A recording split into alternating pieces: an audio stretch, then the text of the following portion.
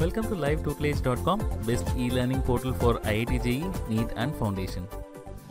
Medical प्रवेश परीक्षा NEET के आरक्षण नियमों में इस साल से बड़ा बदलाव किया गया है।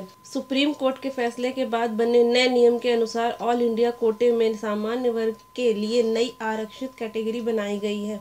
इस श्रेणी में सामान्य वर्ग के साथ ओबीसी क्रीमी लेयर वाले अभ्यर्थी शामिल नहीं होंगे।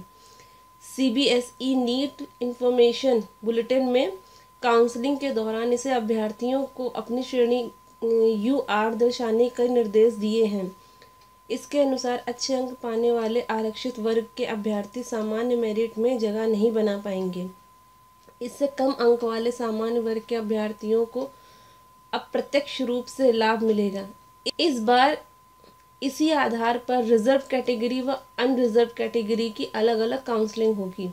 सुप्रीम कोर्ट ने अप्रैल 2017 में एक अहम फैसले में कहा था कि आरक्षित वर्ग के उम्मीदवार को आरक्षित वर्ग में ही नौकरी मिलेगी, चाहे उसके सामान्य वर्ग के उम्मीदवारों से ज़्यादा अंक क्यों न हासिल किए हों। आरक्षित श्रेणी में अभ्यर्थी को ज़्यादा अंक पाने पर भी सामान्य कोटे में दाखिला नहीं। नई व्यवस्था के तहत आरक्षित श्रेणी को अलग रखा गया है। अगर अभ्यर्थी को मेरिट सूची में ज़्यादा अंक आते भी हैं तो उन्हें अपनी श्रेणी में ही उसका फ़ायदा होगा।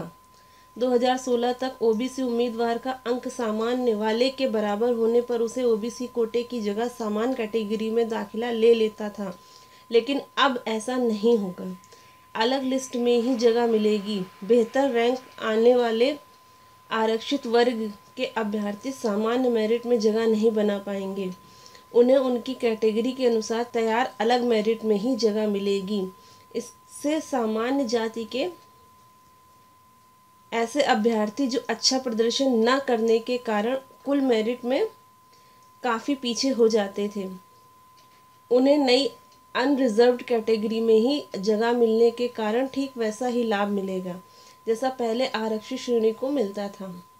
2016 तक सामान्य ओबीसी उम्मीदवारों के स्कोर कार्ड पर सिर्फ ऑल इंडिया रैंक के बारे में जानकारी होती थी, लेकिन इस साल से ओबीसी उम्मीदवारों के स्कोर कार्ड पर भी रैंक के साथ उनके अनारक्षित या आरक्षित कोटे की भी जानकारी होगी।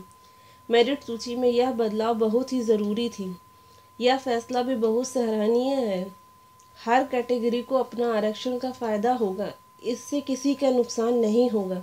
सुप्रीम कोर्ट के आदेश के बाद इसे लागू किया जाएगा।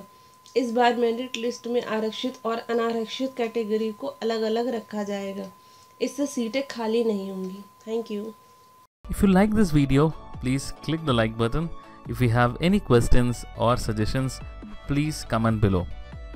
For more updates on IIT JEE or NEET exams, please subscribe to our channel to get a lot of updates. Support us by following us on Facebook and Twitter. To sharpen your skills, please try out our test series on livetutelage.com. Thank you so much for watching. Have a great day.